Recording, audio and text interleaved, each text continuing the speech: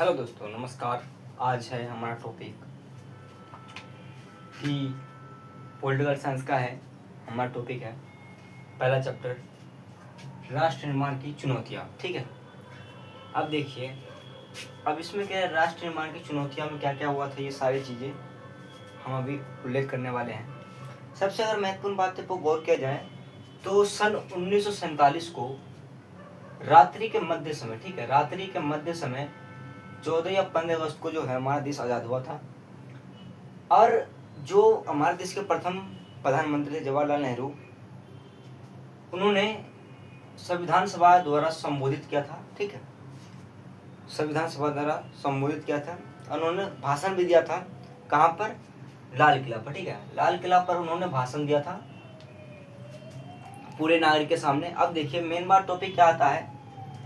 ठीक है, उन्होंने भाषण दिया, लेकिन भाषण में दिया क्या? जो हमारे देश के लिए भला के लिए काम होने वाला था, वो भाषण में दिया क्या? अब देखिए, उनका ये प्रसिद्ध भाषण था कि भाग्य बधू से चिर प्रतीक्षित भेंट। अब ये देखिए, भाग्य बधू से चिर प्रतीक्षित भेंट का शाब्दिक अर्थ होता क्या है? अब ये देखिए, जैसे कि सूर्य पहली अगली किरण अगले दिन उगने वाला है, ठीक है, तो उनका जवाहरलाल नेहरू को कहने का मकसद यह था कि अब जो हमारी अगली सुबह की किरण है, वो हम एक आज़ादी की किरण देखेंगे। ठीक है, आज़ाद होकर देखेंगे। अब उनका प्रसिद्ध भाषण क्या था कि हम आज़ाद होकर देखेंगे। अब उन्होंने, अब हिंदी में क्या था, ये है भाग्य बधू से चिर प्रतीक्षित भेंट।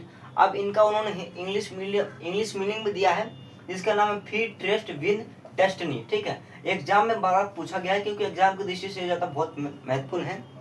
अब देखिए, अब उन्होंने ये सारी चीज़ें कर दी।